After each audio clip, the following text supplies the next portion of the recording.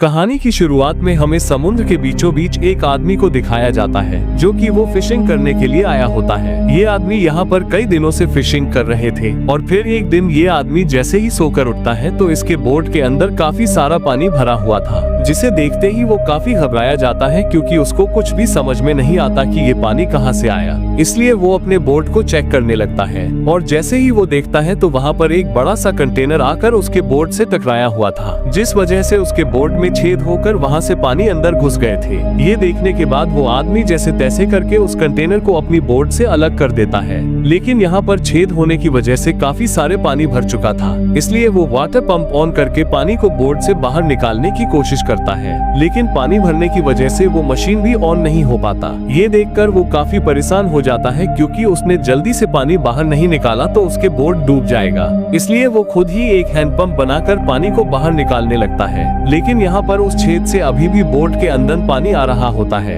अब यहाँ पर देखते ही देखते अंधेरा भी होना शुरू हो जाता है, मगर बोट के अंदर पानी होने की वजह से वो एक झूला बांधकर उसके ऊपर सो जाता है और फिर अगली सुबह होने के बाद वो उस छेद को कुछ चीजों की मदद से जैसे तैसे करके बंद कर देता है। उसके बाद वो अपने रेडियो की मदद से सिग्नल भेजने की कोशिश करता है, लेकिन इसका रेडियो भी पानी भरने की वजह से खराब हो चुके थे, जिसे देखकर वो आदमी जैसे तैसे करके उस रेडियो को ठीक कर लेता है। उसके बाद वो जल्दी से मदद के लिए किसी से कांटेक्ट करने की कोशिश करता है और काफी कोशिश करने के बाद बड़ी मुश्किल से उसका कांटेक्ट किसी आदमी से होता, जिसे देखकर वो काफी खुश हो जाता है। लेकिन यहाँ पर जैसे ही उस आदमी का रिप्लाई आने लगता है तो तभी उसका रेडियो फिर से खराब हो जाता है। ये देखकर वो काफी गुस्सा हो जाता है। अब इसके पास और कोई रास्ता नहीं था, इसलिए वो शराब निकालकर पीने लग जाता है। उसको कुछ भी समझ में नहीं आ रहा होता है कि अब वो क्या करे, क्योंकि उसका सभी सामान पानी की वजह से खराब हो चुका था। अब अगले दिन वो फिर से रेडियो को ठीक करने के लिए बोट के ऊपर चढ़ जाता है, लेकिन जैसे वो ऊपर चढ़कर एंटीना को ठीक कर रहा होता है कि तभी उसके नजर एक बहुत बड़ा तूफान पर पड़ जाता है, जो कि सामने से उसी की तरफ आ रहे थे, जिसे देखकर वो काफी घबराया जाता है। इसलिए वो जल्दी से नीचे उतरकर वहाँ पर पड़े सामान में पानी भरने लगता है ताकि इसकी बोट का वजन भारी हो सके और इसकी बोट तूफान की लहरों से ना पलटे। लेकिन यहाँ पर उन तूफान के सामने इसका कोई फायदा नहीं होता क्योंकि ये तूफान काफी बड़ा होता है, मगर फिर भी जैसे तैसे करके इसके बोट तो बच जाता है, लेकिन तूफान की वजह से इसके बोट के अंदर काफी सारे पानी भर जाता है, जिसे देखकर अब ये समझ जाता है कि कुछ ही देर में ये बोट डूबने वाला है। इसलिए वो जल्दी से बोट के नीचे जाकर एक लाइफ बोट लेकर आता है। उसके बाद वो उस लाइफ बोट को बड़ा बोट के साथ बांधकर उसके अंदर बैठ जाता है और इसी तरह से ये पूरी रात इस तूफान का सामना करता है। और अगली सुबह होने के बाद जैसे ही वो आदमी देखता है तो धीरे धीरे इनका बोट डूब रहे थे, जिसे देखकर जल्दी वो अपने बोट के अंदर जाकर वहां से अपना सभी जरूरत का सामान बाहर निकाल लेता है। उसके बाद वो जल्दी से अपना छोटा सा बोट में आकर रस्सी को भी काट देता है और देखते ही देखते उनका बोट भी उनके ही सामने पानी के अंदर डूब जाता है।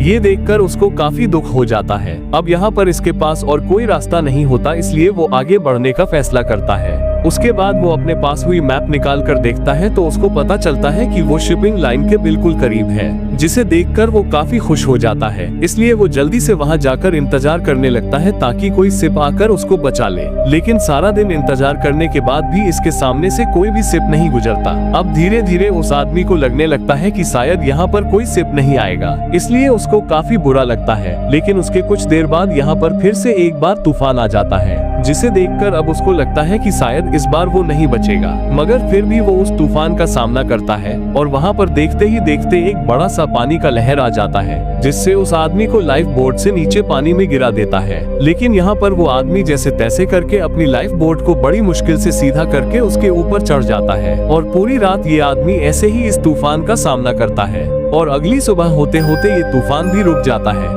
इसलिए वो अपने बोट के अंदर हुए पानी को बाहर निकालने लगता है, लेकिन बोट के अंदर पानी भरने की वजह से उसके सभी खाने पीने का सामान खराब हो जाता है, जिसे देखकर वो आदमी काफी दुखी हो जाता है और धीरे धीरे यहाँ पर काफी सारे धूप भी बढ़ने लगता है, जिस वजह से उसको डिहाइड्रेशन होने लग जाती है। इसलिए उसको लगने लगता है कि शायद वो नहीं बचेगा, मगर फिर भी वो हिम्मत करके अपने पास हुई एक कैन को लेकर उसके बीच में से काट देता है। उसके बाद वो उसके अंदर एक गिलास रखकर उसमें पानी लगा देता है ताकि इस धूप की वजह से इस ग्लास में रखा गंदा पानी बाफ बनाकर साफ पानी निकाल सके। उसके बाद वो यहाँ पर कांटा लगाकर मछली पकड़ने में लग जाता है। लेकिन तभी वो अपने मैप निकाल कर देख रहा होता है कि तभी उसके नजर एक सिप पर पड़ती है जो कि उसी के सामने से जा रहा था, जिसे देखकर वो काफी खुश हो जाता है और वो अपने पास हुई फ्लेयर चलाकर जोर जोर से चिल्लाने लग जाता है। लेकिन उस सिप में बैठे लोग उसको नहीं देख पाते। ये देखकर वो बहुत दुखी हो जाता है क्योंकि अब उसकी आखिरी उम्मीद भी जा चुके थे। लेकिन तभी वहाँ पर उसने लगाए हुए कांटे में एक मछली फंस जाती है, जिसे देखते ही वो उसको जल्दी से ऊपर खींचने लगता है। मगर तभी वहाँ पर एक शार्क आकर उस मछली को भी खा जाते हैं, जिसे देखकर वो समझ जाता है कि यहाँ पर काफी सारे शार्क भी मौजूद है। अब देखते ही देखते रात भी हो जाता है और यहाँ पर अब ये आदमी पूरी तरह से हार मान चुका था, इसलिए वो उदास होकर बैठ रहा होता है कि तभी उसके सामने से फिर से एक सिप गुजर जाता है, जिसे देखकर उसके उम्मीद फिर से जाग जाता है। लेकिन इस बार भी उस सिप के आदमी ने उसको नहीं देख पाता। अब अगले दिन होने के बाद वो फिर से एक बार मैप देखता है, जहाँ पर उसको पता चलता है ये शिपिंग एरिया से बहुत दूर आ चुका है, यानी कि अब इसको यहाँ पर कोई सिप नहीं मिलेगा। ये देखकर वो बहुत दुख होता है और अब उसके पास मौत का इंतजार करने के अलावा और कोई रास्ता नहीं था। इसलिए वो अपने डायरी में फैमिली के लिए एक मैसेज लिखता है और उस डायरी को एक डब्बे में डालकर पानी में फेंक देता है, ताकि वो किसी को मिला तो वो डायरी उसके फैमिली तक पहुंचा सके। अब ऐसा ही करके कुछ दिन बीत जाता है और फिर एक दिन उसको वहां से दूर एक सिप दिखाई देता है, जिसे देखते ही वो जोर जोर से चिल्लाने की कोशिश करता है। लेकिन वो काफी कमजोर हो चुके थे और उसके पास अब फ्लेयर भी नहीं होता ताकि वो उस सिप को सिग्नल दे सके। लेकिन तभी यहाँ पर उसको एक आइडिया आता है, इसलिए वो अपने पास हुई चीजों को इकट्ठा करके उसमें आग लगा देता है। लेकिन यहाँ पर देखते ही देखते वो आग काफी बड़ा हो जाता है, जिससे उसकी बोट में भी आग लगना शुरू हो जाता है, जिसे देखकर वो जल्दी से अपने बोट छोड़कर पानी में कूद जाता है। अब उसको लगता है कि शायद आज उसका आखिरी दिन होगा, इसलिए वो जीने की सभी उम्मीद छोड़कर अपनी आंखों को बंद कर लेता है और धीरे धीरे पानी में डूबने लगता है। लेकिन तभी वहाँ पर उसको कुछ आवाज सुनाई देता है, इसलिए वो जैसे ही अपना आंख खोलता है तो वहाँ पर उसको एक लाइट दिखाई देता है, जो कि उसी सिप की होती है जो उसके सामने से गुजर रही थी। और उस सिप ने उस आग को देख लिया था, इसलिए वो जल्दी से वहाँ पर उसको बचाने के लिए आए थे, जिसे देखकर वो आदमी भी काफी खुश हो जाता है और वहाँ पर उसको कुछ लोग आकर ऊपर खींचकर उसको बचा लेता है। और इसी के साथ ये मूवी भी यहीं पर एंड हो जाती है।